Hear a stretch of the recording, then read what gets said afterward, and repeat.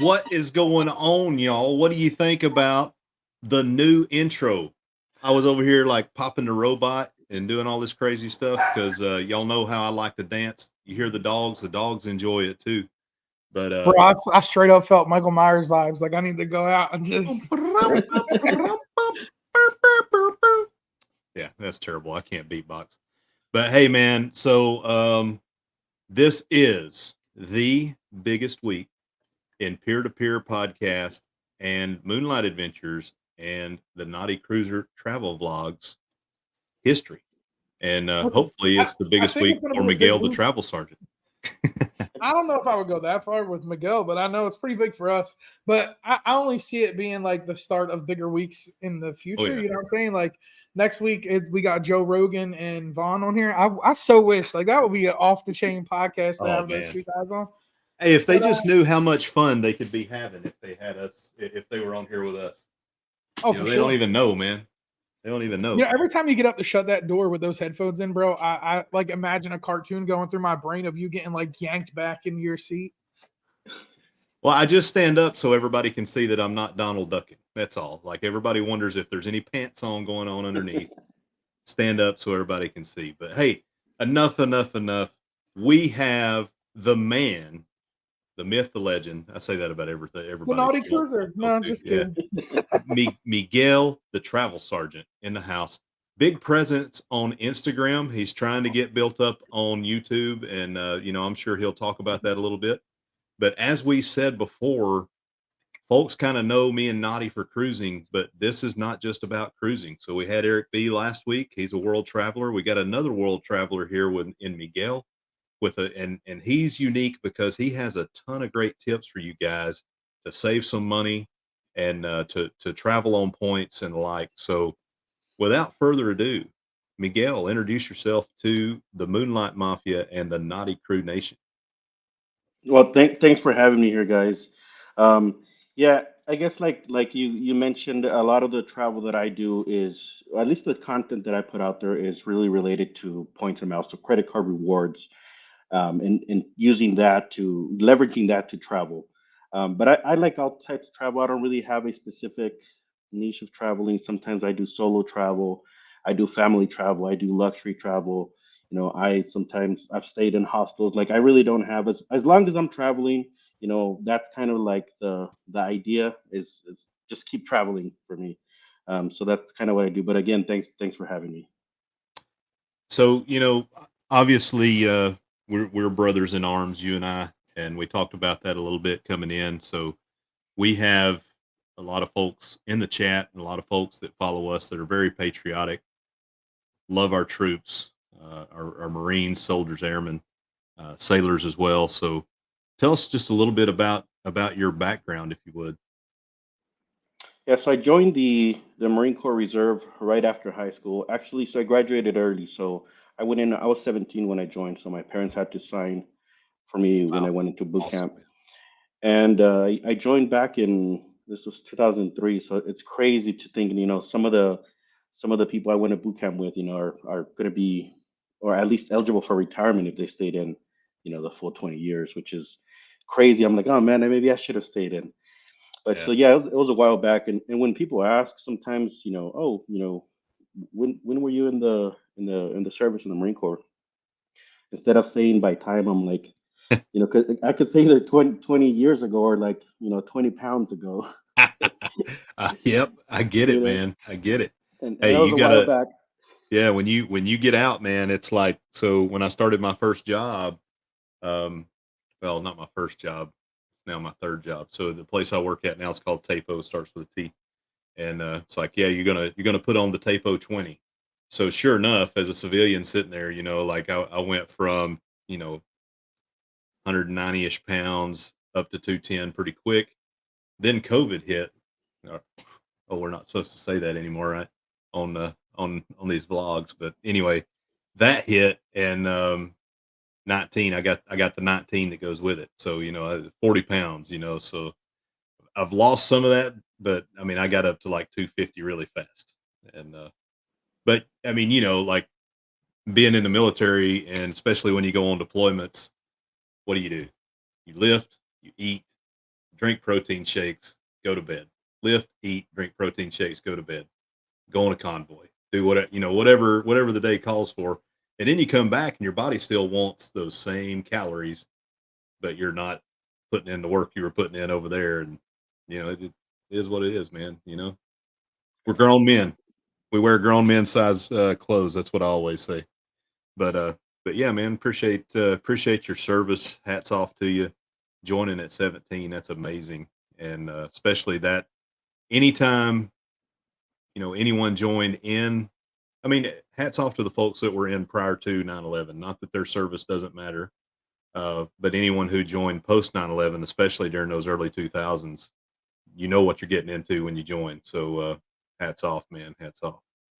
Um, the folks know about my military service, so I won't go into that. But anyway, so obviously, so we had a little hiccup getting in here, guys, and part Yeah, of Josh got a little happy with button pushing over there. yeah, And I was like, "Yo, we're live," and then 2 seconds later, he's like, "Wait, what happened?" I was like, "You ended the stream, bro. What do you mean? What happened?"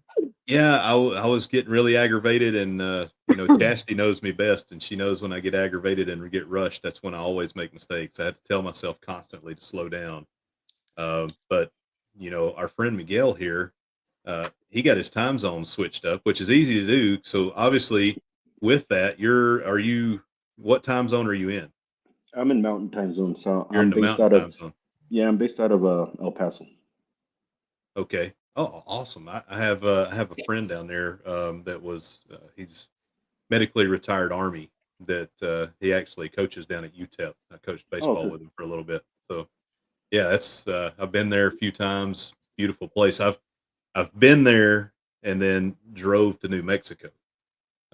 But I've never got the opportunity to stay there. But yeah, it's beautiful country out there. So with that, Miguel overslept because cross communications. It's Eastern time here. He's on Mountain. It happens, man. So I'm like, holy crap. And I'm texting Miguel and I'm doing this. And anyway, excuses are like buttholes. Everybody has them and they all stink, but that's the one we got. So Naughty, man, what's going on with the fields up there, bro? Listen, man, I don't even want to talk about this right now. Yeah. Let's talk about travel. Oh, We're down by one. Listen, I wouldn't get too excited, right? Like all in all, let's put it aside. The Braves got this game only because of a few errors that the bullpen made, right? Guy comes out of the bullpen, throws the ball. First pitch, he hits him, he walks him. It is what it is. Bro, for the last 2 games, the Phillies been putting a hurting on the Braves in Atlanta. Like you're at home and you're letting the away team put a hurting on you. Y'all might have got this one, but it is what it is. But that's not what we're here to talk about. We're here to talk about travel, and travel is one of the best things, right? And traveling with points is even better. So I don't know about you, Josh, but I know I travel a lot with points. Well, that was my segue talking about the Braves a little bit because Miguel went somewhere that I'm very familiar with. I got to take a behind the scenes tour when the stadium was empty. He got to be there while there were people on the stadium or in the stadium. They were announcing some kind of Hall of Fame thing. I caught it right there at the tail end, but he was at MetLife Stadium on the field with a packed arena. So what was that all about, man? Yeah, so this is a little weird because I'm actually like not really into sports, but I like going to sporting events, live sporting events. I just like the vibe and doing that, especially if it's travel because I get to go somewhere. Yeah. But there's this thing that I learned about a few months ago that Marriott, the hotel chain, they have this thing called Marriott Moments, where you pretty much auctions for different experiences. There's culinary, sports, hospitality, all types of different experiences that you can bid your Marriott points. And if you win, the cool thing about it is that it's not things you can necessarily buy with cash or other means. So in the package that I bid on was tickets for 2 people. This was for the Jets Chiefs game last week. But aside from the tickets, you also got to go on to the field at halftime. It was some like Ring of Honor ceremony, like they were inducting somebody, a former Jets player into their Hall of Fame, whatever it is. But it was like you got to go on the field during halftime.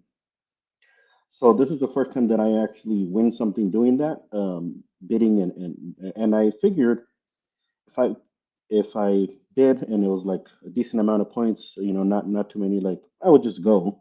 So that's why I ended up going. And I have a good friend of mine who's a big Chiefs fan. So I was like, hey, you want to go to a Chiefs game? And he's like, yeah. So that's what it was about.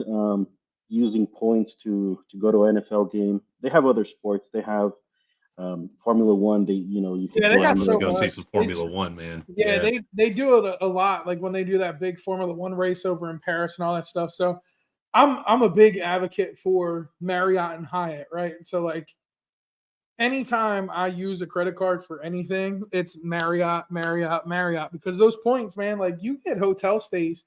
You can stay at the Ritz Carlton, bro, and it not cost you nowhere near as much as it would cost somebody that's paying for a night, right? Yeah. Yeah. So if you want to do like that little bit of like upgraded bougie style travel, you're able to do that. Like y'all seen the hotel room I had in Seattle, right? If y'all watch that Seattle vlog, like that hotel room was next level boss status. That's points, man. Like No. points paid for that room. Now, so Miguel, if you watch some of his reels, and I highly suggest if you like the kind of content we put out, you're going to enjoy Miguel's content. So over on his Instagram channel, I really like this one reel that you have, and he's like, I identify as trans financial, and tell us a little bit about what being trans financial is. Yeah, what does it say? I think it says something like I identify as rich, but I'm in a poor person's body. Yeah, this You dude, know, man, he does. I mean, like flying in the apartment suites on all these crazy airlines, and yeah, I mean, you're definitely living it up. You've had some experiences that are second to none, and doing it on the cheap. So that's awesome, and it's great to share with the people. So you know, talk to that a little bit. I've seen that you fly a lot with Emirates, right? Is it Emirates? yeah, I mean, I want to try them all, but yeah, Yeah, Emirates is definitely one of my favorite airlines to fly in. I mean, they're just, their the service and some of the aircraft maybe is not the most maybe the best seats or anything, but if you're doing first class with Emirates, that yeah, it's pretty good, and yeah, it's one of my favorite. Yeah. it's really cool. So you're primarily when you do points, you do a lot of Marriott points. No, I do everything. So Yeah. I guess my strategy is you get the bulk of points of credit card travel rewards or anything when you sign up for a new card. You get like this sign up bonus, and Yeah. they do this because they're trying to attract new customers, and then the majority of those customers will end up overspending, spending more than they should or whatever, and getting in debt, and eventually paying interest. But if you're able to be financially responsible, you get your sign up bonus, and then as long as you pay off your all your statement balance by your due date, you don't pay interest, and you keep those points. And then what I do is I just move on to a new card and keep doing that over and Okay. over. Alternate between my wife and I. As far as the type of points, there's really the two biggest ones that are, I guess, more important or more useful is American Express points and Chase points, Ultimate Reward points. Aside from that, there's also Capital One miles and then City Thank You points. So those four, the good thing about those is that they're what we call flexible currencies, flexible points, because they all have different airline and hotel partners that you can transfer those points to. So as opposed to just having a Marriott card and earning Marriott points, you can only use those for pretty much Marriott stays or these Marriott moments that we talked about. But when you have, say, American Express points, they have like 14 different airline partners and different hotels that you can transfer to. Don't quote me on the number. I don't know if it's Chase or American Express that has that many, but they have a lot of airline partners or hotel partners where a promotion could come up and you could be like, oh, let me transfer the points to go take advantage of this promotion. And so that's really what I like to collect. This mostly American Express, Chase, Capital One, and City Thank You points. Yeah, we had so I'm a Hilton guy, and our we did the same thing with a Hilton card, and we have timeshares with Wyndham, and so we pay for our maintenance fees and stuff like that using the Wyndham card, and try to do the same thing that you're describing. Uh, Mhm. Hold one, I didn't mean to do that to you. There we go. So yeah, Mike froze up for a minute, so he'll be back. But yeah, I mean it's a great way to travel. And another thing, so being prior service military yourself, and if you're a government worker, another way I've found to build points is if you can stay brand loyal when you're doing the defense travel system. Mhm. So, the defense travel system lets you put your rewards numbers in, and then you can also use those cards like you were talking about to go and buy your per diem, Mhm. your per diem meals, your incidentals, and so on and so forth. And it's helped me and my wife, I know, do a lot of travel that otherwise we wouldn't be able to do. We went down, we go down to Florida to visit our kids, and we'll stay on points. I mean, it's very rare that we're having to come out of pocket for a hotel stay. So, I think some people are afraid. Maybe it's not as bad nowadays, but I know, like, my parents back in the day were like, I'm not going to give them my information because they're just going to hit me with a bunch of junk mail and blah blah blah. But nowadays more people subscribe to that kind of stuff. But yeah, I mean, you're leaving money on the table, man, if you're not out there using those points. So, um, but what would be your go-to hotel chain out of all the hotels you've stayed in your travels? So Hyatt is very popular because how they treat their elite members, their higher tier elite members. They have very good consistency in giving you complimentary upgrades to suites if they're available. You get the free breakfast at some of these hotel brands that they have and stuff. The issue with Hyatt is that they don't have as big of a footprint. So Yeah, if you're sometimes you're traveling to a city and there is no Hyatt. So here in El Paso we have a Hyatt place, which is one of their budget chains, budget brands that they have, and they don't have anything, more than that. So it's kind of in between for me. It's Hyatt and Marriott that I kind of bounce back and forth. yeah. It's interesting how some of these guys bounce around. So we learned some things when we switched over to Wyndham. So we were Hilton primarily. So, well, I'll take you through the journey. So we started with, of all places, Choice. So I don't know if you've ever stayed in Choice brand hotels, but some of them are okay, some of them not so much. They don't really have any kind of upper tier hotels, but they were good enough, and I could build points quick enough through their military program. We would use that when my kids were playing sports, just so we could get you know decent living conditions, decent lodging when we would be at their events. But Hmm. then we decided to upgrade to Marriott. We started using Marriott points, and we were Marriott folks for, I don't know, probably almost 10 years. And the defense travel system started stripping a lot of Marriott out for some reason, but you could find a lot of Hilton. So that's what we did. We went over to Hilton, and we've been with Hilton ever since. But we had a Hilton Grand Vacation, and we ended up selling all that and switching over to Wyndham. And Wyndham really looked nice, but Wyndham hotel chain, that's your like Motel 6. That's there's nothing good there. Like their best hotel is like La Quinta, What which is La it? Quinta, The Wyndham chain? yeah, yeah. I Have don't you have you Go ahead. used their Vacasa rentals? No, we haven't. No. So that's supposed to be a pretty good way to use your Wyndham points. I think Okay. because they have kind of like a standard award rate, and I think if it's a one bedroom, it's 15,000 points. But Okay. the Vacasa rentals, they don't have them everywhere, but it's kind of like Airbnb or Oh, that's Verbal good to know. VRBO. Yeah, yeah, yeah. Okay. They briefed us on this during our last. So as a member, you get like these update briefs. Yeah, Vacasa. Yeah. Sorry to interrupt you, but I Yeah, just had no. that light bulb. Like, So oh yeah, yeah, I'd look into that because that's, a yeah. lot of people get great deals. I know they have them in Costa Rica.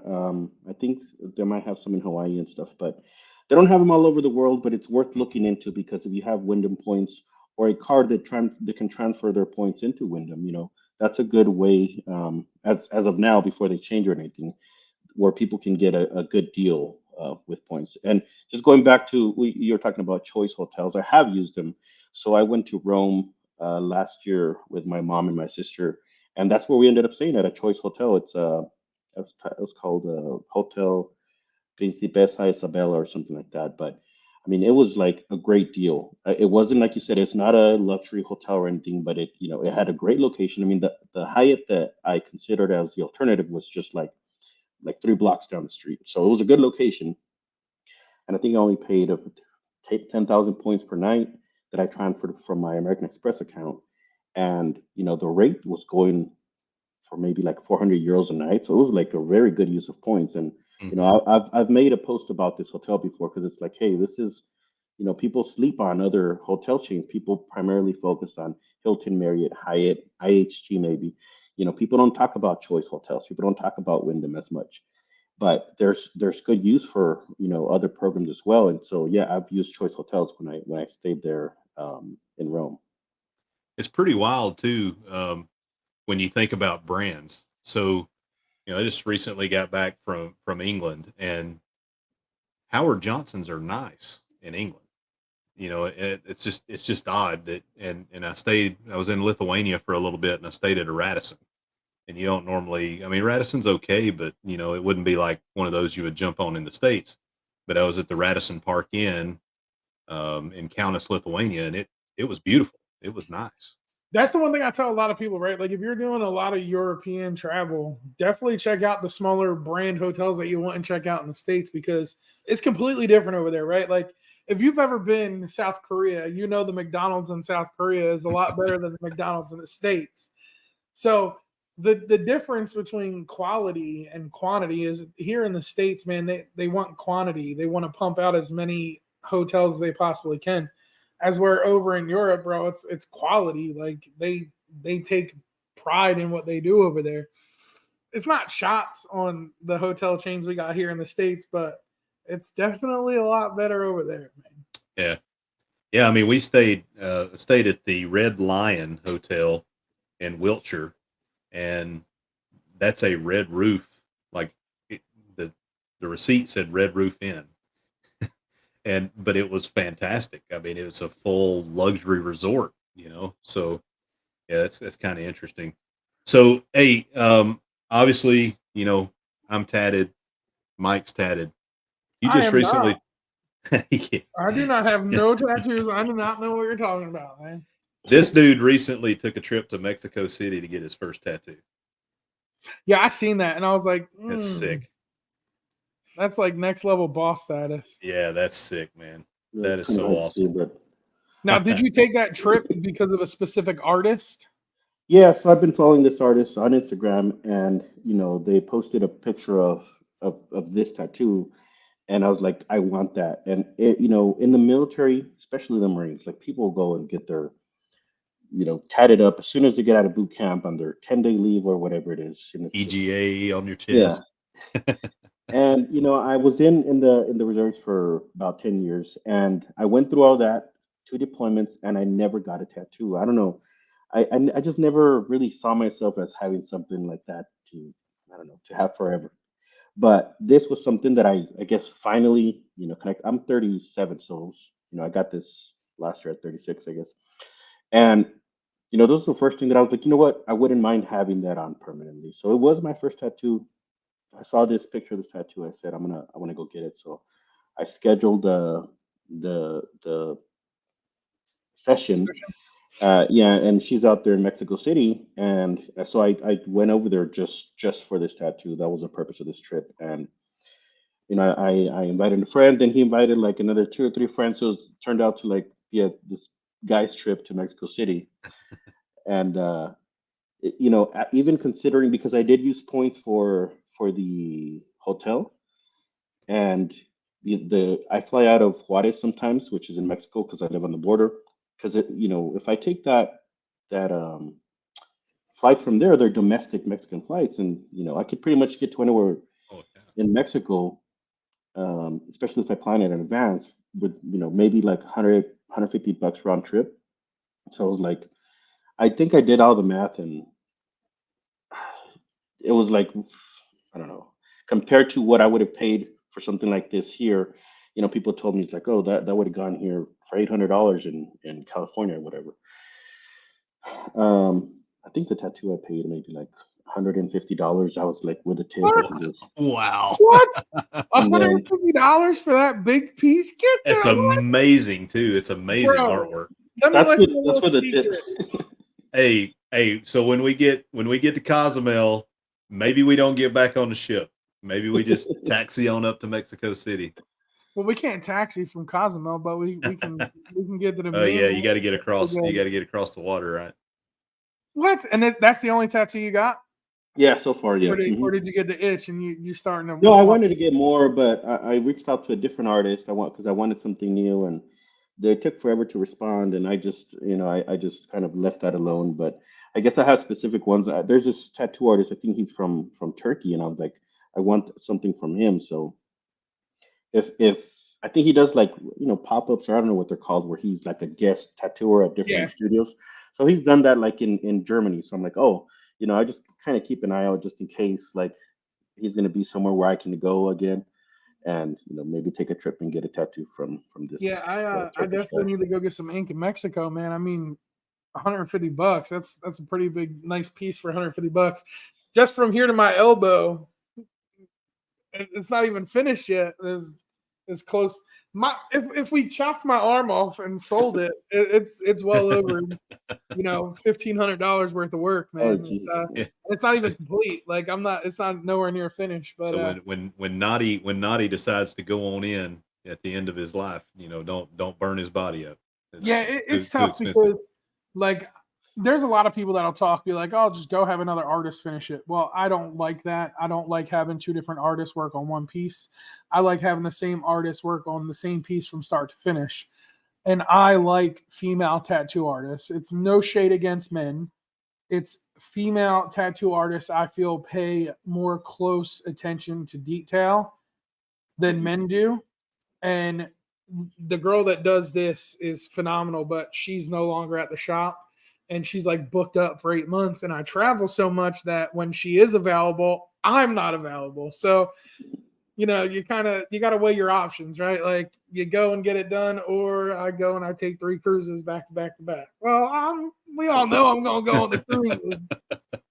I like though, like, so for me to get something on my body, it either one has to tell a story or there has to be a story, right? So like that's awesome that like, you're talking about the guy in Turkey, you went down to Mexico City. So, it's like when you got grandkids, hey, come on over here and I'll tell you about this piece right here on my arm, and there's a story behind this one. And this one, it's my wife's, it's mine and my wife's anniversary. And then above it says Amor Sempiternus, which is like, I wanted something deeper than I love you forever. And so, that translates to forever, forever eternal love. So it's like something more, Yeah. And, but the funny thing behind it is I sent it to my wife and I said, this is what I'm going to get. She's like, cool. I leave work. I go to get the tattoo. I come in and she's like, what? I didn't know it was going to be that big. She thought it was going to go across my arm this way and be that big. And then I'm like, here. So anyway, it's kind of funny. I always remember that. But, her and I are going to get couples cruise tattoos. That's our next thing. So after the booze cruise, so we've got you'll hear us talk about the booze cruise, Miguel, and that's our next cruise. We're going together. A lot of the Naughty crew, a lot of the Mafia, of course, my wife and I, some people in the chat here. There's like, how many people are on this thing now? I think in the group, there's like 200 and some people. Yeah, it's crazy. Wow. So but yeah, I booked it out, man. 2 blocks from the World War II museum, there's a tattoo shop. I was thinking about getting like a little crawdad tattooed here, a little something. Yeah, we're gonna be in New Orleans prior to, so hanging out in New Orleans, and him and I both have talked about hitting the World War II museum down there. It's fresh. It's only been open what two years or a year and a half or something. Former military, but I'm a major history buff. And I come from a long line of military men. Like my great grandfather served during World War II. My brother was a former Marine. So I'm a big history buff. And, we have the Holocaust Museum down here. I went there and checked that out. That was pretty epic. But the last time when I was in New Orleans, I wasn't there long enough to be able to check out the World War II Museum. And I was doing everything that everybody wanted to do as a group. Well, now it's kind of like I'm doing what I want to do, and I'll see y'all when I see y'all. So have you ever traveled to New Orleans, Miguel? Have you made it down there? I haven't, no. And No. I guess on top of my list for U.S. destinations is New Orleans. Nashville is up there. Oh, okay. I haven't Yeah, been I there spent a either. lot of time in Nashville. I can help you out. Yeah, And I was stationed at Fort Campbell, so just above there, like 45 minutes. yeah, so I didn't really start all this travel until I moved to Germany. We lived in Germany for 3 years, and I moved for work. And that's really when we started traveling. Before that, we would just go to visit family and, wherever we have family, Dallas, Denver, go to LA to Disneyland. That was it. We didn't leave this bubble. We didn't go to a new destination just to explore, just to get to know it. It was like, there was another purpose, mostly like a theme park or family. Yeah. But living in Germany really, started, or gave us a start to just travel somewhere just to travel. And then we came back and it's like, no, I didn't want to stop traveling. And that's what we'll do. So a lot of there's a lot of places that looking back at it is like, hey, well, we live, we never like the Grand Canyon's just like we could drive Yeah. there, like we've never been there, like why haven't we been there?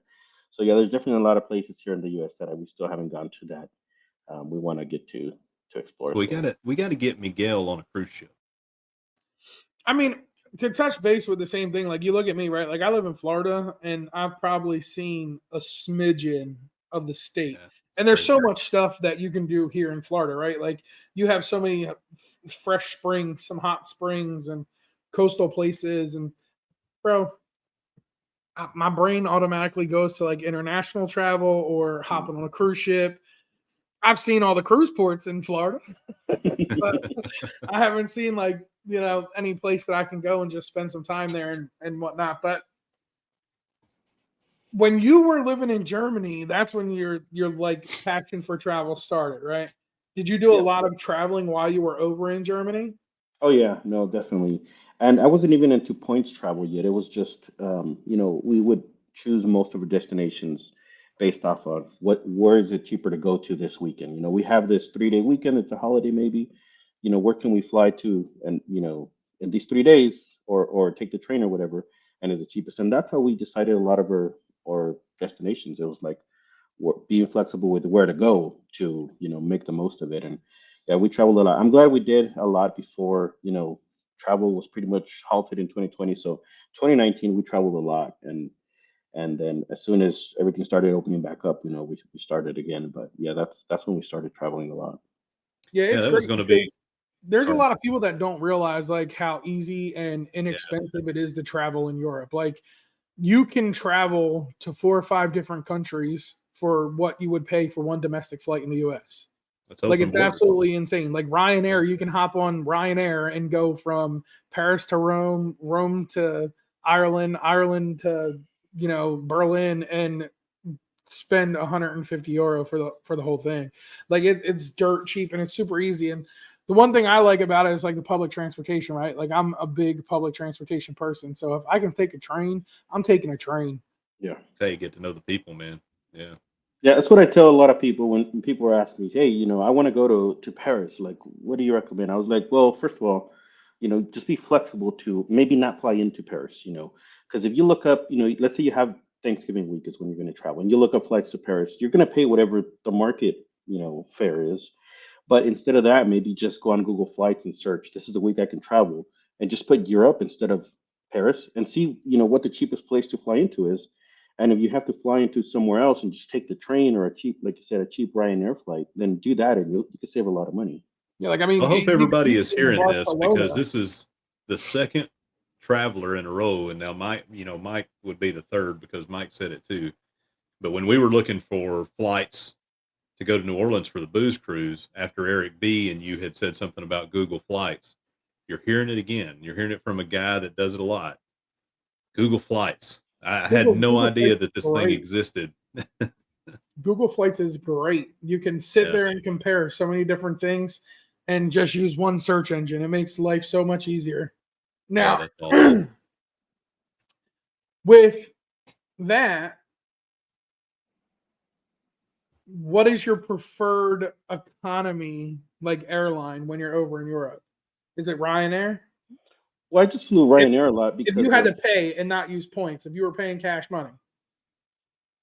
I don't think it really matters. What matters is that you understand what you're paying for, and all the restrictions it has. And as long as you do that, a lot of people like to complain about Ryanair, but it's just like if you know what you're getting into, you'll be fine. You can only take a personal item unless you want to pay for it. If you want a specific seat, you got to pay for it. But if you know that stuff going in, I don't really care which one. I mean, I've Ryanair is what I flew a lot on, and I did try what's that other one? Jet, no, True. Wait, forgot. There's Is it another one Truey or whatever? Yeah, out I of know who it, you're talking about. out of the UK. But yeah, I mean, I don't have any issues with Ryanair because I Yeah, know what I'm paying for. I like to tell a lot of people that complain about having to pay for extra fees and all that stuff. Like, all right, well, if you were in the States and you were taking a quick economy flight, what airline are you picking? Spirit. Well, they do the same thing Yeah. on Ryanair that Spirit does, right?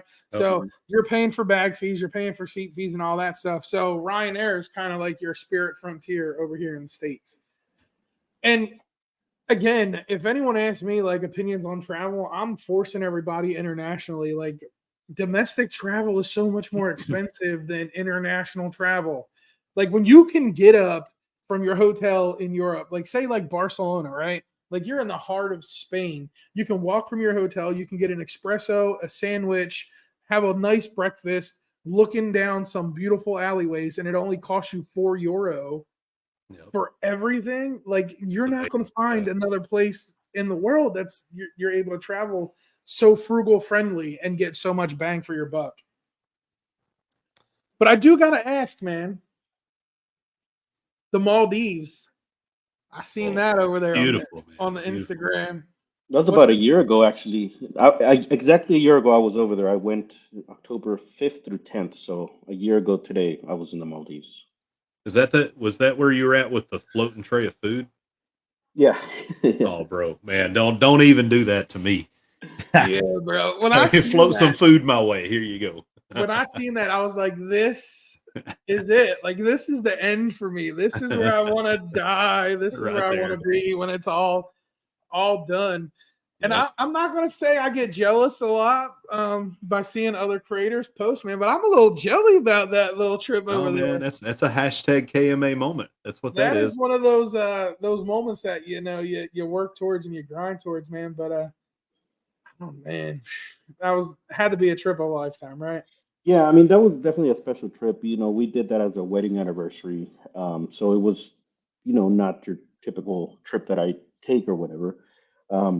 But yeah, I did the retail cash value of everything we flew and where we stayed. And I don't know, it was something like 30 grand that it would have, 29 grand, I think, for everything. Now, we ended up paying out of pocket maybe like $4,400. And then along with that was about 700,000 points for Marriott for the hotel, um, for the two airlines. So I think we booked, I don't remember, but it was, so we flew Qatar Airways in their business class from Houston to Doha to Maldives. And on the way back, we flew on Etihad from Maldives to Abu Dhabi to Chicago. So that, and then Southwest to get to and from Chicago and to and from Houston. But yeah, the whole thing, it was about 700,000 points and $4,400. I mean, this is everything. This is like parking at the airport when we left our car here. This is the food, the spa treatments that we got, everything out of pocket. That's what we spent. So you're hearing this, guys. Like, get over there and follow his Instagram because he gives all the tips.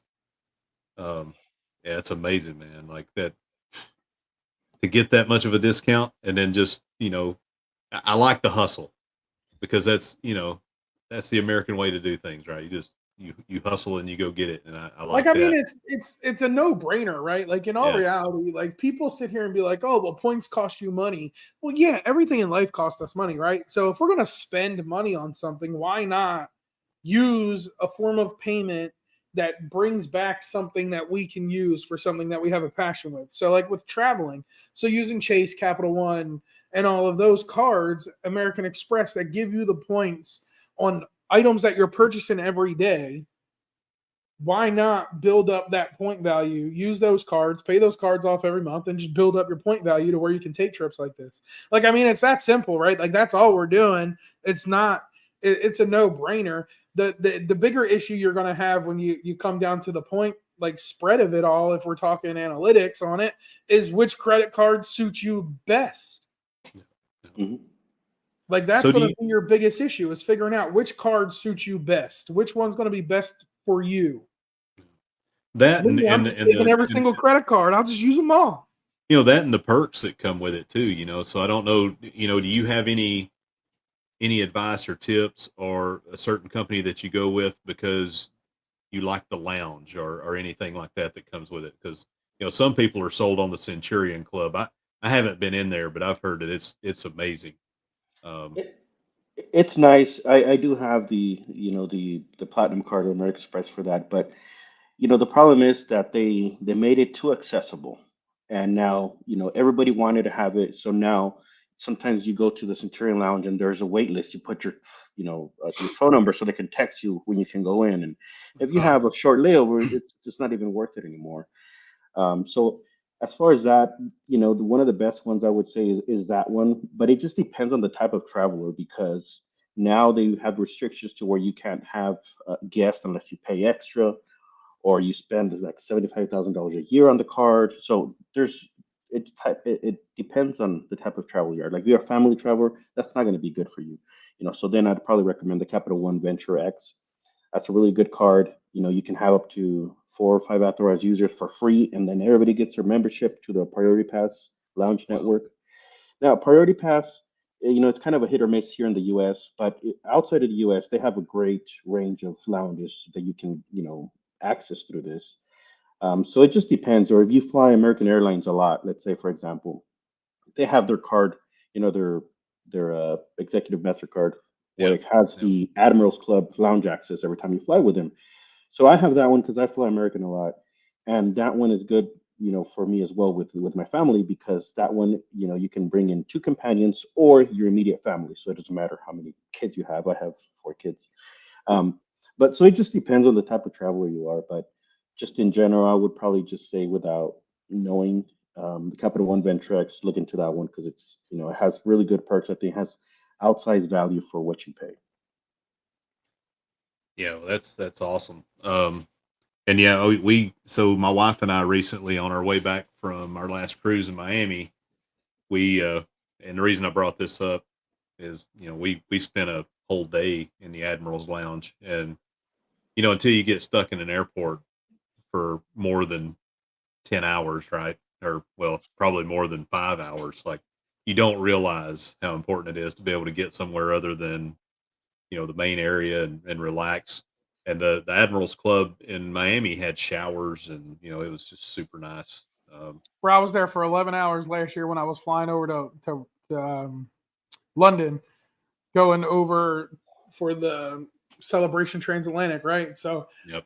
at that time I didn't have the card, so I purchased their pass, and it was like dirt cheap. It was like Yeah. $50 or $55 or whatever it was. But that included all my drinks, all my food. I Yeah. got a nice quiet cubicle where I could sit down, work on vlogs, get content created. If I wanted to shower, I could shower. I could take a nap.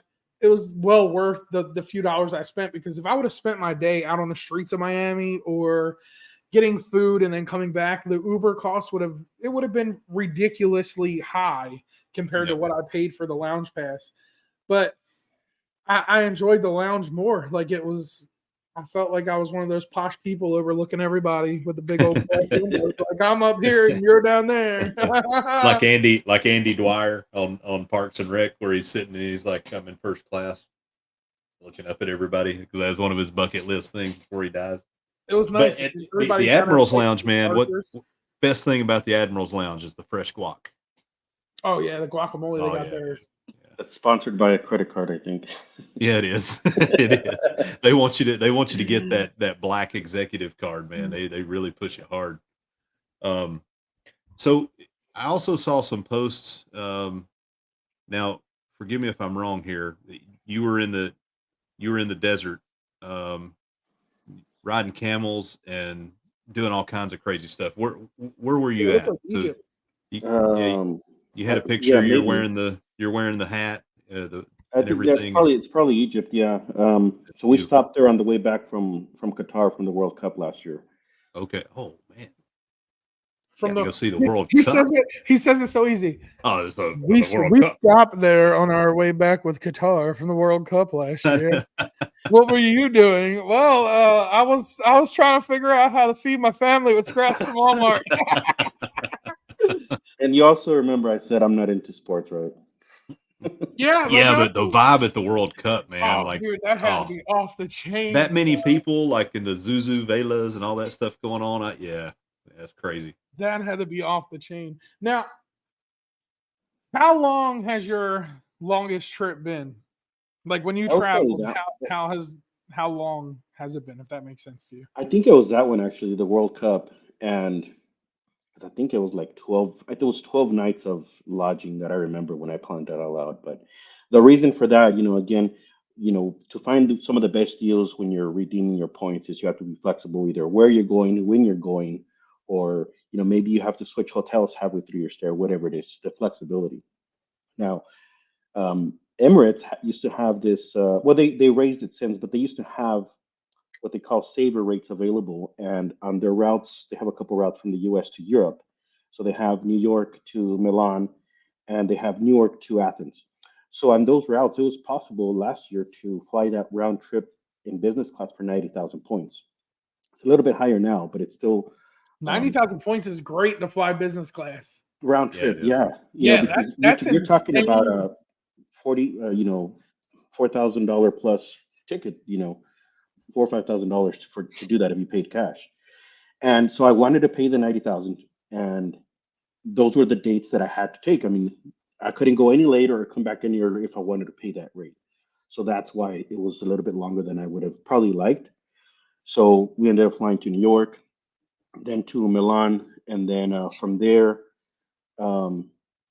there we took the train. We stayed in Milan one night. We took the train down to Rome, and then we flew from there to Qatar, did the World Cup, and then we flew back to Egypt 2 nights, and then from Egypt from Cairo to back to Rome, take the train back to New York. Nice. Now the reason I asked that is because my first I don't want to say like long trip because you're saying 12 days, right? Like I've had 14 night, 17 night trips. So my first like super long trip is coming up in April. I leave on the 2nd or 3rd of April and I don't get back to the 2nd or 3rd of May. So I'm over in Europe for a whole month. I'm flying out, going to Rome, hopping on a cruise ship for 9 nights over there out of Rome. And then I'm flying from Rome to Barcelona and I'm hopping on a cruise ship from Barcelona and doing a transatlantic back to the States. So I'm doing that flying over, enjoying, Rome, Greece, and all that, and then flying to Barcelona and getting to enjoy it. And Josh is over there shaking his head like, Hashtag KMA, bro. Hashtag KMA. But the whole process, right, from start to finish is like 27 days. Now, I'm a light packer for myself.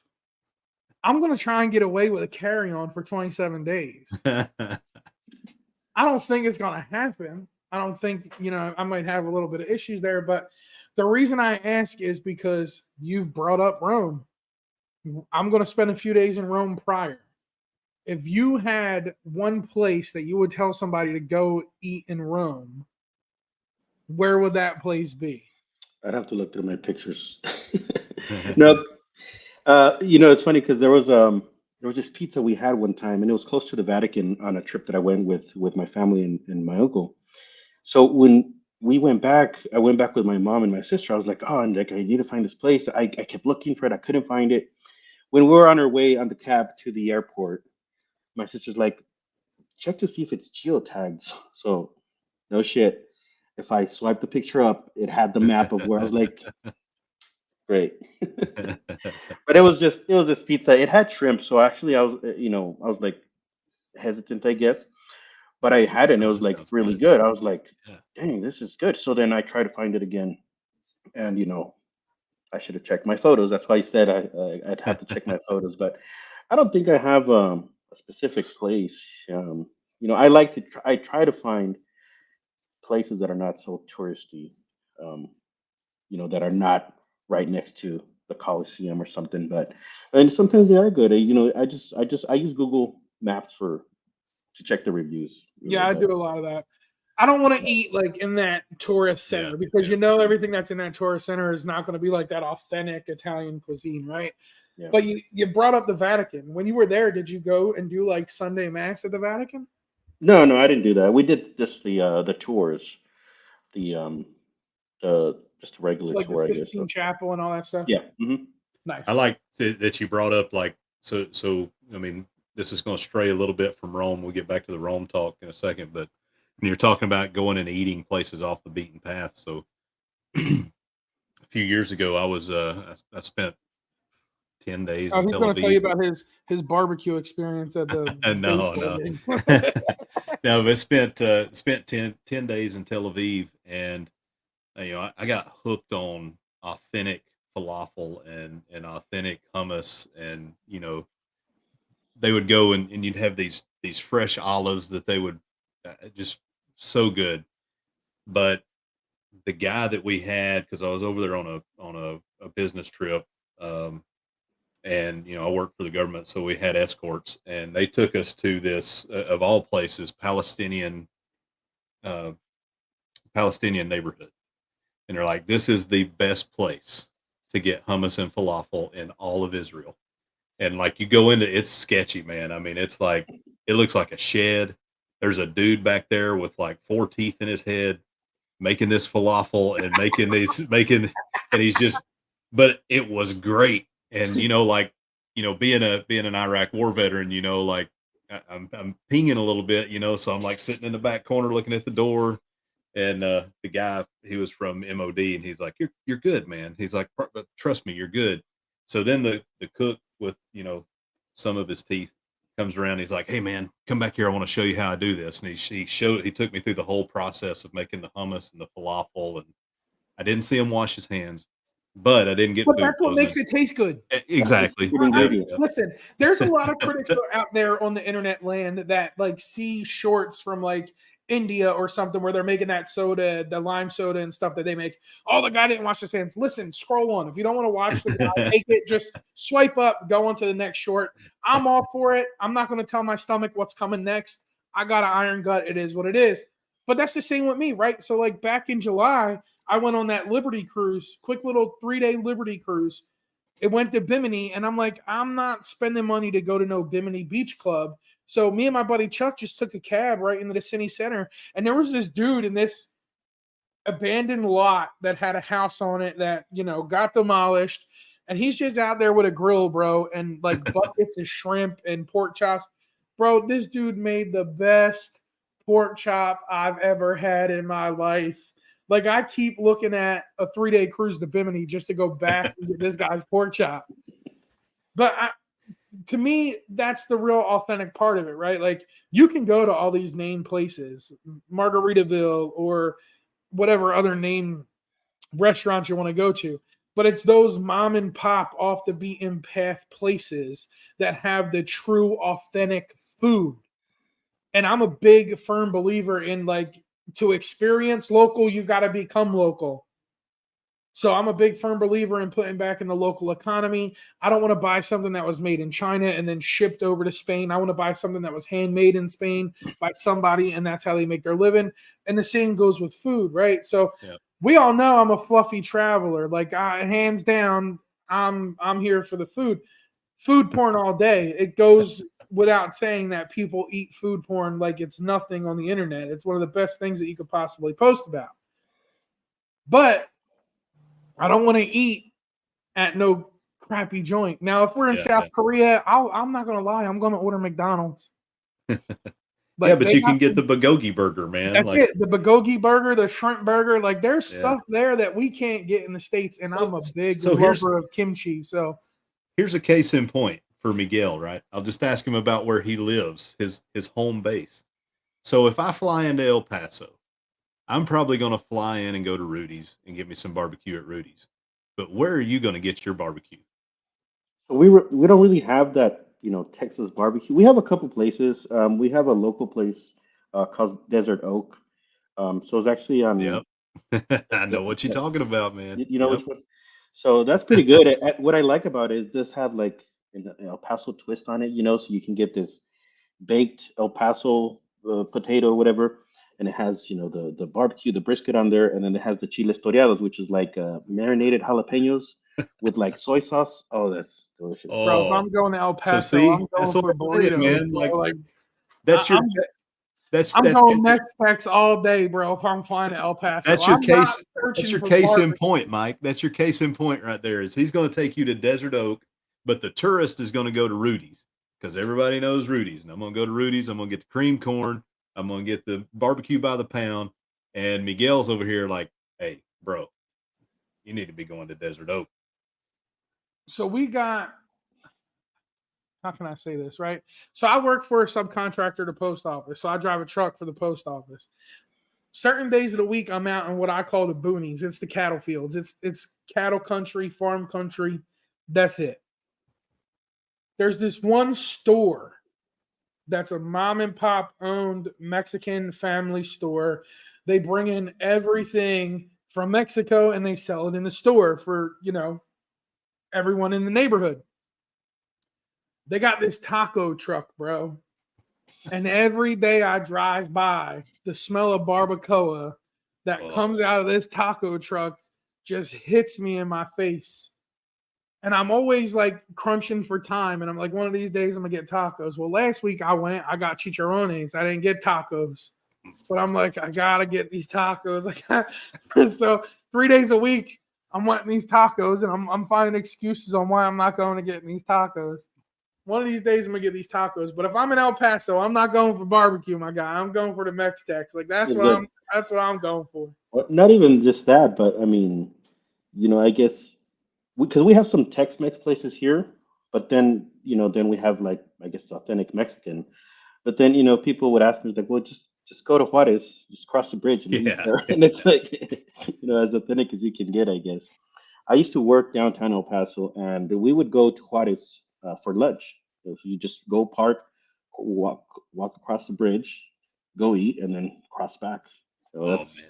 because people ask me, I guess, like, how far is it from Mexico? It's like, well, it's the same thing. It's just Oh there's yeah. a You can river. see it. You can see it. It's right There's there. a dried up river. There's a there's a dried up river, a wall, and a couple bridges, but it's the same thing. It's the same. It's a very unique community, I guess. It's a cool Living in the place. It border. really is. Yeah. But it is amazing.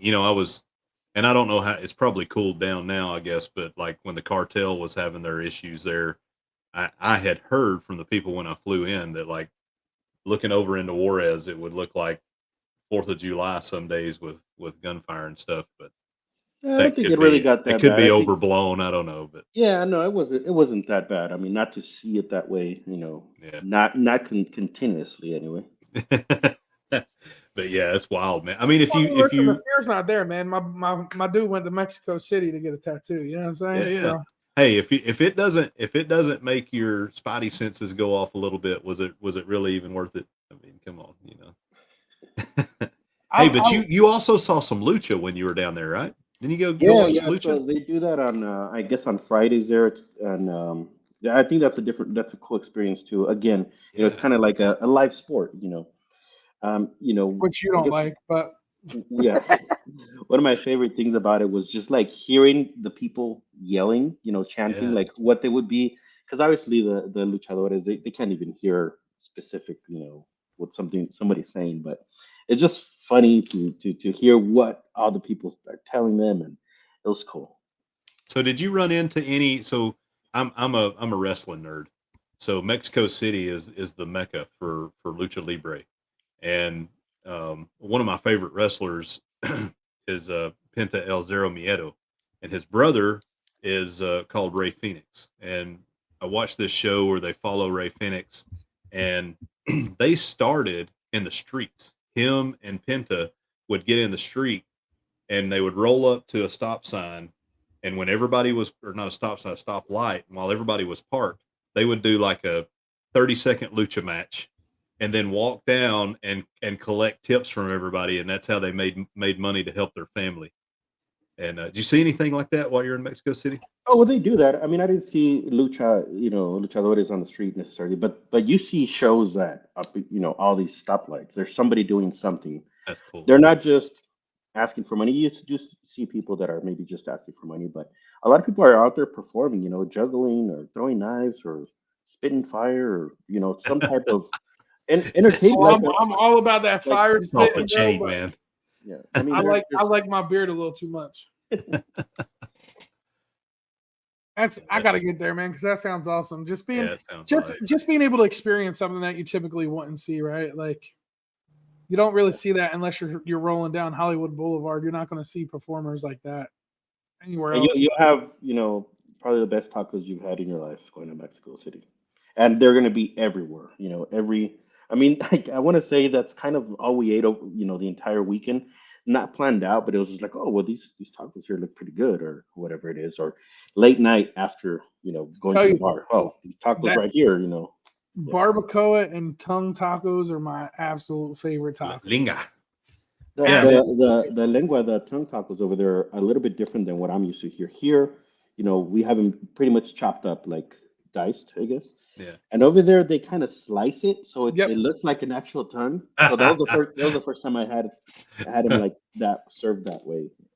They're really good. Yeah, that's why. And to talk about people not washing their hands, right? The best al pastor and the best birria you'll find over there, from what I understand, I've never been there. They're just digging it out with their hands, That's throwing it it, on man. there. It just adds to the flavor profile, man. Listen, I ate a lot of crap when I was a kid that I probably shouldn't have ate. I done touched things and stuck my hand in my mouth. If it ain't get me then, it ain't gonna get me now. And what's the worst that's gonna happen? I get a little case of food Well, poisoning. and me But and Miguel, man, we're like duly vaccinated against everything under the sun. So like, and some of it they put in us was probably experimental. So, what's it going to do to us now, that's it. Hey, so one of the things I was wondering, so you've been to a lot of places. What is the craziest location you've been to? Like what when you think about like and this doesn't necessarily have to be like the most beautiful or whatever, just when you think back to it, like for me it's Roatan, Honduras. It just blew my mind how different, 1 mile away from the shoreline can be in Roatan, Honduras. So, Bro, you better get a new place. Like, are you like Roatan, or is it just like a no, I liked it. It was just it's kind of like, so in combat when you first get somewhere and you see the fob, because that was my first real overseas travel, and then you go outside the wire and you see what things really are like. It's kind of the same thing when you come into Gravel Bay, Honduras, and you have all the touristy things, and then you go inland about a mile and you to the see real life. real Honduras, right? So like, what impacted you that way in your travels? What place did you see that like opened up your eyes and your mind? I don't know. That's kind of a hard question, but I don't know. I really liked Wadi Rum Desert in Jordan. So I Oh, went over there Lord. to visit, to go to Petra because it's one of the new Yeah. wonders of the world or whatever. And I didn't even have Wadi Rum on my map and on the radar or whatever. But I was doing solo travel, and I met up with another solo traveler because it was kind of like, hey, can you take my photo and I'll take yours, you know? And this guy, he was based out of the UK, I think, London, and he's like, hey, I want to go to. Have you heard of Wadi Rum? I was like, no, I don't know what that is. So pretty much, he's like, you want to go? I was like, sure. And I had rented a car, so I was like, well, I'll drive. So the following day, I picked him up, and we drove over to Wadi Rum, and I mean, it's beautiful. I didn't know the desert could be beautiful. I live in the desert here, in the Chihuahuan desert here, but it's what you would expect from the desert. Like there's nothing Yeah. here. There's no green, but it's desert over there. But it's just beautiful. I mean, there was parts where it's just like red, where it looks like you're in Mars, and respectively so. That's why they film a lot of movies there. That's where they filmed. I don't know. I want to say like The Martian and some of those Star Wars movies or whatever, because Yeah. it's like really beautiful. Tatooine. Looks like Tatooine over there. Yeah. So just desert. yeah, I and had a desert. friend who so he was working in the UAE, and they sent him TDY to Jordan, and somehow he wound up in Oman, and they took his passport, and he couldn't, like, they just took it for a little bit. And they're like, "Oh, no, no, my friend, it'll be okay." And like, so he called the folks in the UAE that he was working with, and it took him a couple days to sort it. But it's one of these, unexpected turns, like you say, when you're on travel. He ended up going to this theater, and it's one of the most well designed theaters, with an RE at the end, for sound and everything that's ever been built, and it's in Oman. And he says, so he goes and he watches some musical that they were having there, and he looks down in front, and he's like, I think that's Cat Stevens. And he walks down and he meets Cat Stevens, and Cat let him sit beside him, and like they chatted the whole time. And he's like, no crap, there I was in Oman, Jordan, and I meet Cat Stevens at That's pretty this epic. this beautiful theater. And but those are those experiences, right? I mean, if people don't take anything else away from this podcast, it's just an understanding of the priceless experiences you can get from doing all these different kinds of travel. And document it. Like, Yeah. seriously, whether you're a creator or not, document it, because even though you can put these memories in your memory bank, having those memories to look back on, like, I can't tell you how many times I go through my phone and look at pictures and be like, oh man, when I was in Spain or Buenos Aires, like, it's just, oh. Yeah, I was glad you brought up Jordan, because the sailing you were talking about, Mike, where you're talking about going out of Doha. Was it Doha? Dubai. Dubai. It goes to Petra, right? I Yep. think one of the stops is Petra. I'd love to go see that. That's just amazing. Yeah, I lost. Let's personal note here. So a lot of people ask me why I want to do that type of cruise, right? So a few years ago, I lost a little bit of my faith. Like, my faith was kind of like taken right out from under me. I lost my older brother to a drug overdose, and I kind of didn't have my faith in the right spot. But I got a lot of my faith back because I went and did a transatlantic cruise with my buddy Scotty back in April, and we went to the Cathedral de Valencia in Valencia, Spain. And it was one of the most beautiful cathedrals I've ever stepped foot in. And when I was there, I just had like this overwhelming feeling of like faith just smack me. So I started researching like a lot of different cruises out of the Middle East and Dubai, and it just brings you to so many places that not a lot of people not necessarily travel to, but travel and document. So like, if you go into the cruise world on YouTube and you type in like Dubai cruises, you're only going to find a couple videos. You're not going to find much.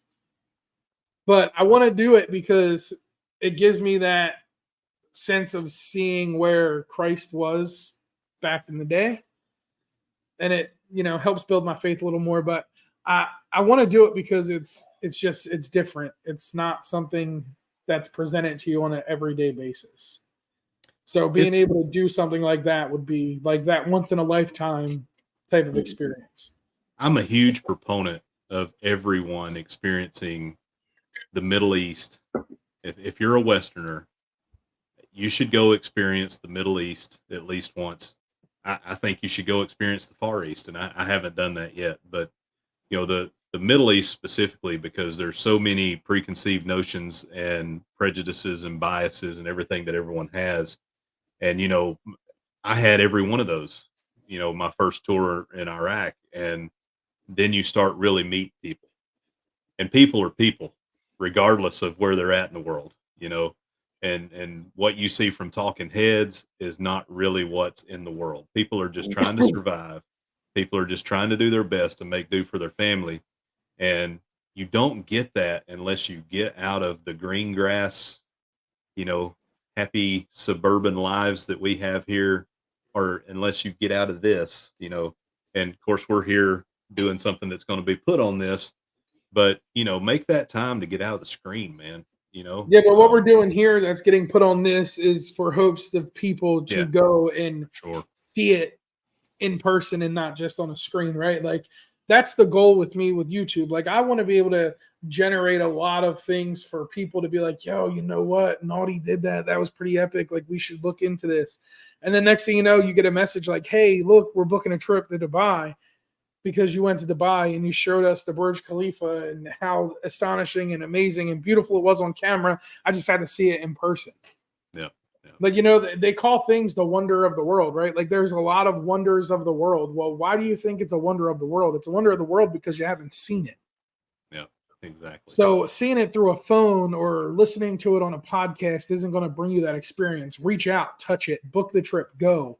Use the points. Find the credit card that works for you to get the points to make that trip happen. So I'll say one more thing, and I want to get back to Miguel, but you know, the impactful things, right? And you talked about the Middle East, but when I was in Israel, we went to visit Caesarea, and Caesarea, it was owned by the Greeks, it was owned by the Persians, the Romans, and it just all these different rotations through people that owned that port area. But what really so the hippodrome was cool, but then going over to the actual spot where Pontius Pilate questioned St. Paul and standing in that spot, it was just like, holy cow, Paul stood right here, Pilate was right there. You know, and you don't get. I love the United States. I have a tie to some Native Americans, you know, and like there's certain places in the States where I can get that feeling, but nothing to that that has that gravitational pull. It's just like I felt like the only person on the earth at that point. And you know, it's amazing.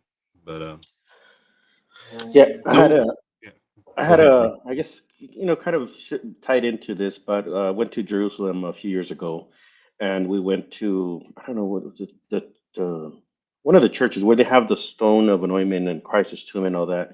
Yeah. And again, I'm not extremely religious or anything, but walking in there, just like Nadia was saying, just I felt like a There's slap in the face, kind of face, like like that sense You of, feel the presence. yeah. yeah, There's and it something was. real there, right? You know, I Yeah, mean, it it's was just it was crazy, really, going in there, and that was a great trip. We went, took my in-laws with us, so yeah, I could relate to that as what you were as you were talking about it.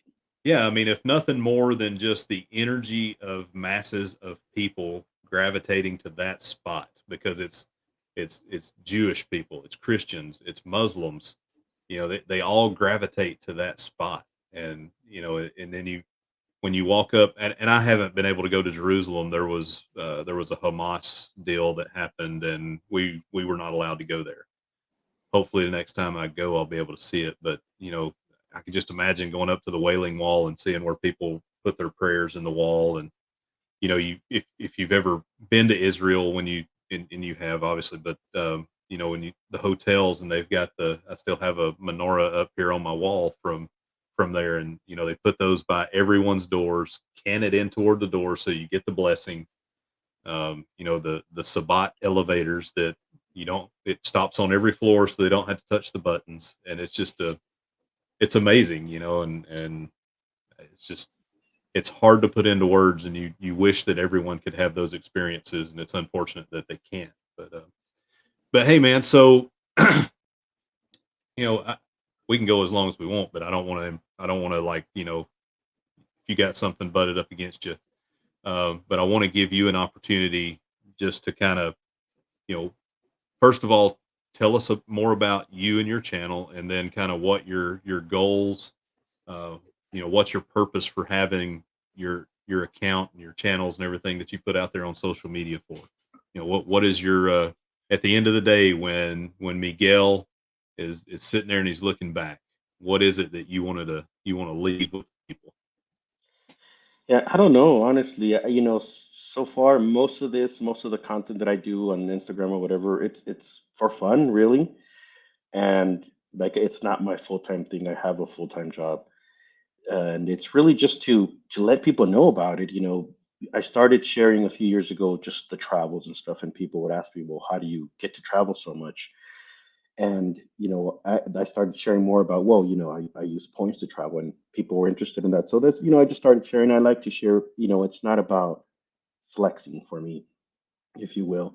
If it was, I would be posting these pictures and videos of me flying in first class, business class, and just not saying how I did it. But no, I try to be very transparent as far as breaking everything down, as far as these are the type of points that I use, and how I transfer them to this airline loyalty program, and this is the taxes that came with it.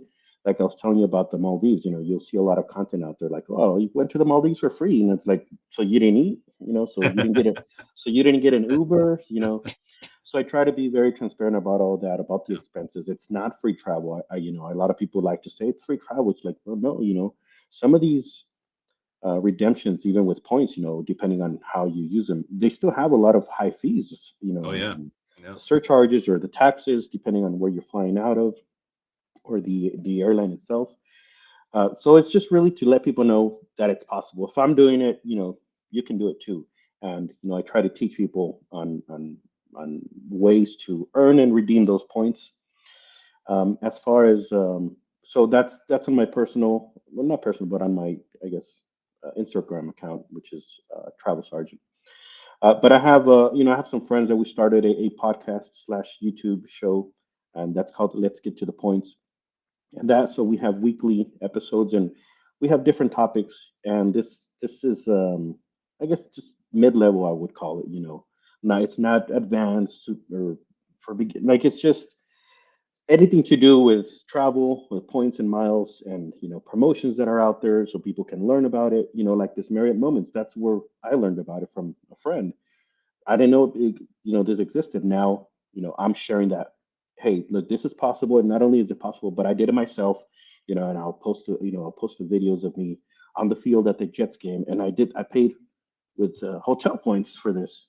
That video is so cool too. I like how you did it with I had the Taylor Swift video coming in, and yeah, that was pretty cool. Yeah. So I guess yeah, just I don't know. I just like sharing. Um, you're trying to teach people how they can do it themselves too. Things that I do. It can be done by you as well. Yeah, that's awesome, and and that's what I gathered as I was looking through your stuff. You probably noticed that I stalked you a little bit. So going through and liking some stuff and commenting, but we the people we associate with here on YouTube, all love authenticity, and like when you put the thing on there, identify as trans financial. I'm like, okay, that's my dude.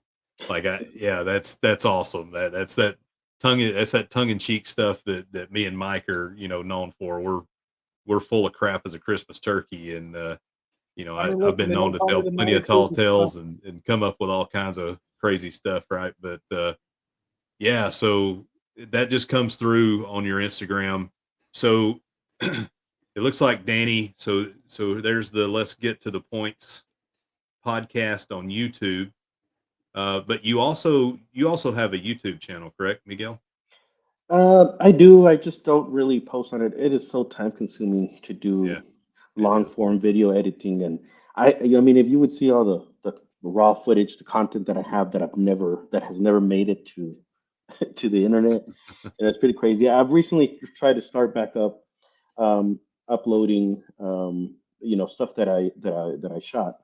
Um, and I did upload, I guess, one video of a trip I did to Uganda. Oh wow. I did the gorilla trekking, and I did the first video. Hang on. And Wait. You can't just when I did that. You went to That's what Uganda I'm and saying, did bro. a He gorilla says trek? it so yeah, like yeah. Well, nonchalantly, like, it's oh, when I well, went to Uganda and I oh. picked the lice out of the gorillas. It's no big deal. Hang on. Now we cannot pass go on this. Tell us about the gorilla trek. So this was right when travel was starting to pick up again. And again, it was like for me, it's just all about traveling, no matter where. Just I got to be moving. And at that point, there were so many restrictions into where you could fly to. Now, I didn't have just the regular restrictions as who can come in, but I was living in Germany, so it's like Germany had the restrictions on coming back Yeah, in, and yeah. so I had this spreadsheet, this Excel spreadsheet, where I was like, what places I don't need to quarantine when I come back. What places don't need quarantine when I get there. Like this whole spreadsheet, and it narrowed it down to 3 countries, 2 or 3 countries. It was Uganda, Rwanda, and another country. I was like, these are the 3 countries I can go to, and I don't have to, go through all these hoops to do it. So then that's when I started looking into, well, what is there to do there, And gorilla trekking was like the top thing people do at those places. I was like, oh, that sounds fun. I guess That's I amazing. guess I'll do that. So this was March of 21. Excuse me. So yeah, and that was actually the first trip that I used my points for the flight. Wow. Wow. So I did I think it was 110,000 American airline miles for me to fly round trip in business class through Qatar Airways from That's Frankfurt that's to Uganda. nothing, man. That's crazy. Wow. So, and yeah, I mean it was fun. I went there for a week. I went by myself. I asked my wife and kids, and like, no, no, you can go. My wife's really great, as far as supporting this passion that I have. And sometimes we're able to go. Sometimes she's like, you know what, I really don't care if for to go there. That's fine. You can go by yourself.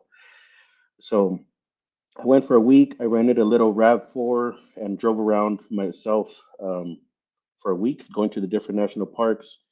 Trying to catch the big, was it the big four, big five? And yeah, it was fun, man. That's It so was cool, man. Because I that's I where didn't I think that's where Chimp Empire was filmed, right? Was in Uganda. I don't know if you've seen that on no Netflix or not, but I no I believe haven't. they're one of the big parks in Uganda is where they filmed Chimp Empire. But Yeah, so most of the mountain gorillas, that's where they are. yeah, I think there's 3 countries where you find them, but the majority of them are in Uganda. So that's where I went. And Rwanda also caters to more luxury travel. So a lot of the packages that you see, they're way more expensive in Rwanda, especially and if you want to do it yourself as well, because you need a permit from like, um, at least in Uganda, the Uganda Wildlife Authority. And I haven't checked lately. It might be like $700 per person. But back then, there was nobody else traveling, so there was like a discount. I think I paid $400 for that. Rwanda's a little sketchy, man. I would have probably stayed out of Rwanda myself, man. You might get chopped up with a machete over there. You gotta be careful. But man, Skeleton Uganda, factor dude. just went up. All right, man. Mike. So like, we talked last week with Eric. We added some things to the bucket list. Here we go, man. Yeah, bro. Uganda, Skeleton factor. Uganda gorilla trek. Yeah, man. I want to I, track some elephants, bro. Like I want to go. I want to go see that. That's pretty sick. Thailand. Thailand's where we talked about Singapore. Thailand's one that I'd like to hit. Man, so I asked the question earlier, and he just didn't even. He's like, he's going through the Rolodex in his mind, and like Uganda it wouldn't even on the radar. So like, What what other crazy place like that do you have saved up? What saved round do you have that we don't know about? What do you mean about trips? About Yeah, yeah, yeah. So something crazy like I Uganda, went you have to last year. I went for a weekend trip to Pamplona, Spain, and ran with the bulls. oh, That's man. something I want to do. Yeah. I want to run with the bulls, I bro. want to go when you go, Mike, because I think I can outrun you. Listen, I don't have to outrun everybody. I just got to run out one person. That's all That's I got to right. That's outrun. right. That's like if we're in a race with a bear, I don't got to outrun you. I just got to trip your ass before. That's all I got to do. Oh man. I did that. I went to Chernobyl back Jeez. in the This day. dude, man. This dude. Went to Chernobyl. I've gone to the Carnival in Rio, Wow. Machu That had to Picchu in be pretty Peru. epic. Carnival had to be pretty epic. I've been to Yeah, man. Carnival in a couple other countries. That had to be one of the epic days. So it can be. So the thing with me is that I did a solo trip. So if I'm traveling alone, I'm not really drinking a lot because nobody's there to, take care, for me and them to take care of each other pretty much. So, and I went again, it was like a quick weekend trip, like 4 days or something. I think 3 days is what I spent in hotels that trip. So it was a pretty quick trip. So it wasn't as fun as I thought because I think you need to go with a group, with friends or with somebody else. It's not so much of a solo trip for the Carnival. Chernobyl though. So did did you take the Chernobyl tour and go in like that's Yes. awesome. That's really cool. Yeah, so I flew into Kiev, and then I did I think it was Get Your Guide or one of those websites where you just, pay a tour. They pick you up at your hotel or whatever, and we drove up there as a group tour. Yeah. Wow, that had to be surreal. Yeah, that was pretty cool. Yeah. All right. Well, hey man, we're running on an hour 30 here. Brag about trips, but it's kind of irrelevant to the fact there ain't not much to brag about here. No, that's crazy, man. Yeah, I mean, we've been on some. Well, I am the least traveled out of all you gentlemen, but wow, just amazing. So, we got to have you back on, Miguel, for sure. We're just now scratching the surface and getting to know each other. Definitely want to have you back on. Some fantastic stuff that you put out there for the guys, for the people. Great pointers, great tips. As we've said before, go on over and follow Miguel. His Instagram is chock full of great stuff. His reels are funny. And he's got a lot of good tips, and he's got he says he's not flexing, but humbleness sometimes is the best form of flexing. And listen, I don't consider it flexing when somebody tells you like, hey, I did this and so can you, and here's how. Oh yeah, for sure, man. That's knowledge, man. Like dropping knowledge. Yeah, sure. Yeah, and you paying it forward, and on the Moonlight Adventures, when we do our weekly pod or our weekly live stream, we talk about bless up, bless out, put positive vibes. That's what you're doing, man. You're and that's karma is a real thing. It's going to come back to you tenfold from what you put out. So it's awesome. It costs just as much energy and time to be nice as it does to be hateful. So yeah, that's awesome, man. So is there anything else you want to put out to the people before we head out, Miguel?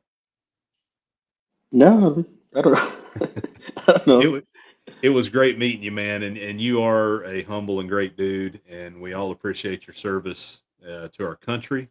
Yes, and sir. We appreciate what you're doing on Instagram.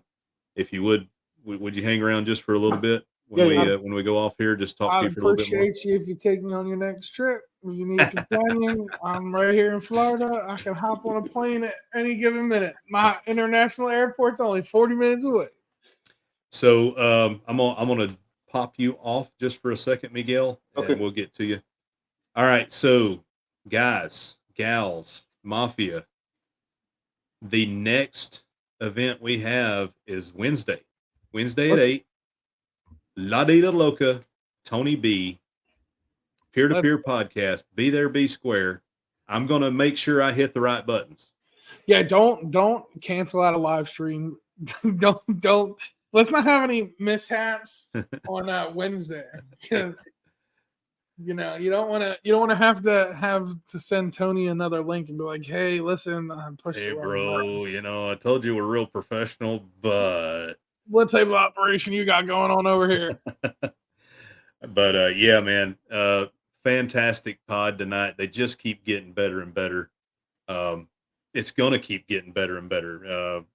And Tony's going to come through. It would have been hard for anybody to follow Miguel, but if anybody can, Tony can do it. So, and I'm sorry for all the future guests. Like the guests this week, y'all they're killing it, man. They ruined it for everybody else. Nah, listen, look, I'm stoked, man. Like we're talking about two creators that have a span of over 400,000 followers. Like that's pretty epic to have two creators in 1 week with that. Well, and that they would spend time out of their busy schedule to spend some time with us.